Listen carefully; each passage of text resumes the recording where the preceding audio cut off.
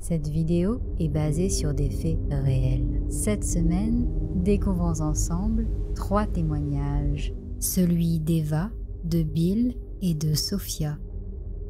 Premier témoignage.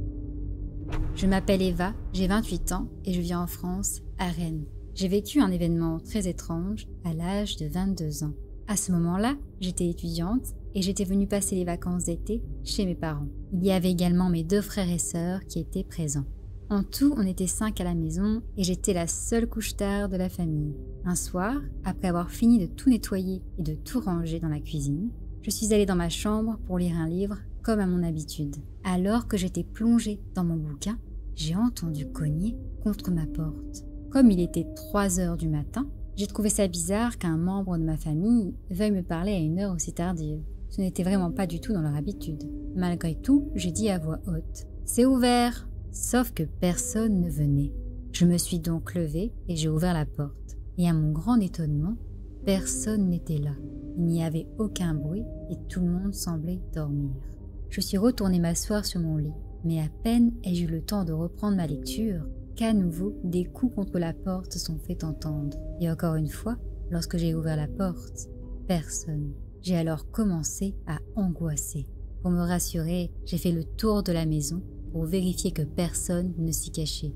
Après avoir été dans chaque pièce du premier étage, je suis descendue au rez-de-chaussée. En arrivant en bas, j'ai entendu un bruit qui provenait de la cuisine et j'ai senti une odeur de gaz. Quand mon regard s'est posé sur la cuisinière, je me suis aperçue que le gaz était ouvert, le cœur battant. Je l'ai refermé, j'ai regardé tout autour de moi, mais je n'ai vu personne et je suis retournée dans ma chambre en me demandant ce qui se serait passé si je n'étais pas descendue. Le lendemain matin, j'ai demandé à tout le monde s'ils avaient entendu par hasard des bruits bizarres pendant la nuit et ils m'ont tous répondu que non. Depuis ce jour, je suis persuadée que c'est mon ange gardien ou peut-être une entité bienveillante qui est venue me prévenir du danger ce soir-là.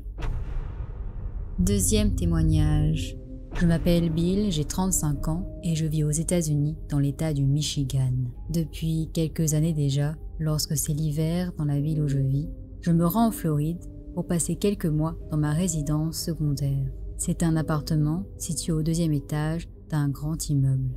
Il faut savoir que j'ai toujours considéré le quartier dans lequel se trouve cet appartement comme étant sûr. Enfin, jusqu'à cette fameuse nuit qui s'est déroulée en janvier 2016. Ce soir-là, il était plus de 22 heures et j'étais sur mon balcon, les pieds posés sur la rambarde, en train de travailler sur mon ordinateur portable. Quand soudain, j'ai entendu une voix qui provenait d'en bas crier « Hé toi !» à plusieurs reprises. Au début, je n'ai pas réagi, pensant que cette personne s'adressait à quelqu'un d'autre. Sauf que l'individu en bas a fini par crier « Hé toi, là-haut !» ce qui m'a fait sursauter. Me demandant ce que cette personne pouvait bien me vouloir, j'ai posé mon ordinateur et j'ai regardé par-dessus la rambarde. J'ai alors vu un homme sur le parking, à côté d'une voiture, en train de me fixer. Il a alors lancé « Ouais, toi !» Je lui ai alors demandé s'il avait un souci et il m'a répondu de venir en bas car il avait quelque chose de cool à me montrer. Je me rappelle que le type portait un débardeur et une casquette à l'envers. En voyant sa dégaine, j'ai pensé que c'était juste un petit voyou qui cherchait à se faire remarquer. Je l'ai donc ignoré et je suis retournée à mes occupations. Quelques secondes après, je l'ai entendu rire et hurler « Ha ha, je vais monter et je vais prendre du plaisir à te dépecer vivant » et il m'a ensuite insulté de tous les noms. Choquée, je me suis à nouveau levée et je l'ai dévisagé. Son visage affichait un sourire sinistre. J'ai alors réalisé qu'il était plus âgé que ce que je pensais. Ce n'était pas un gamin. Pensant qu'il était clairement dérangé, j'ai préféré ne rien lui répondre. J'ai ensuite pris mon ordinateur et je suis rentrée à l'intérieur. Je m'attendais à ce qu'il continue à m'insulter, mais je n'ai plus rien entendu. 10 minutes plus tard, cependant, des violents cognements se sont fait entendre contre ma porte d'entrée. Et ils étaient accompagnés par la voix du type d'en bas qui me hurlait des injures et des menaces. Les coups étaient tellement forts et violents que j'avais peur qu'ils finissent par défoncer la porte. Complètement paniquée, j'ai alors crié que s'il continuait, j'allais appeler la police. Les cognements ont ensuite laissé place à des bruits bizarres. On avait l'impression que le type donnait des coups de couteau dans la porte. Au bout de plusieurs secondes, il a donné un autre violent coup contre la porte et m'a à nouveau insulté, puis a fini par s'en aller. J'ai malgré tout contacté la police pour signaler ce qu'il venait de se passer. En ouvrant la porte, j'ai vu plusieurs marques de couteau, ce qui confirmait que le type était bel et bien armé. Je ne pense pas que cet homme me connaissait, mais heureusement que depuis cette nuit-là, je n'ai plus jamais croisé la route de cet homme-là. Troisième témoignage. Je m'appelle Sophia, j'ai 18 ans et je vis aux États-Unis, en Dakota du Sud. Je n'ai jamais vraiment cru au paranormal, mais après ce que j'ai vécu l'année dernière, je suis persuadée que cela existe bel et bien. Je vis toujours chez mes parents et pendant l'été 2021, j'ai décidé de m'installer dans la cave.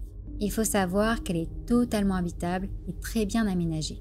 Il y a un salon avec un couloir qui mène à une chambre. J'étais super heureuse d'avoir tout cet espace rien que pour moi. Sauf qu'une fois installée, j'ai presque immédiatement regretté ma décision. Auparavant, je passais en coup de vent dans la cave et je n'ai jamais rien remarqué de spécial. Mais depuis que j'y avais emménagé, je commençais à ressentir une énergie bizarre et désagréable, surtout la nuit. Chaque fois que je m'y trouvais, je me sentais nerveuse et j'avais du mal à m'endormir. J'avais des fois la sensation qu'une présence envahissante m'observait. Je regrettais mon ancienne chambre.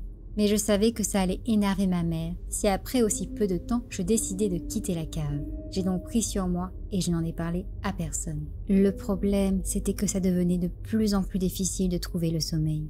Un soir, vers 2 heures du matin, j'ai été réveillée par les voix de 4 personnes. Et ça avait l'air de provenir du salon à côté de ma chambre. J'ai alors tendu l'oreille et j'avais l'impression qu'elles ne parlaient pas anglais, mais une autre langue, comme du latin.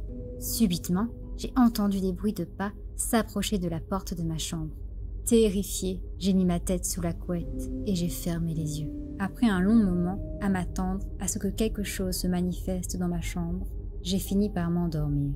La nuit suivante, après avoir mis plus de 2 heures à trouver le sommeil, j'ai senti une main se poser sur ma jambe.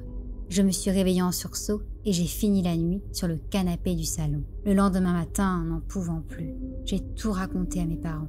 Voyant à quel point j'étais apeurée, ils n'ont pas fait d'histoire et m'ont laissé reprendre mon ancienne chambre. Par la suite, je n'ai plus entendu ou ressenti des choses étranges.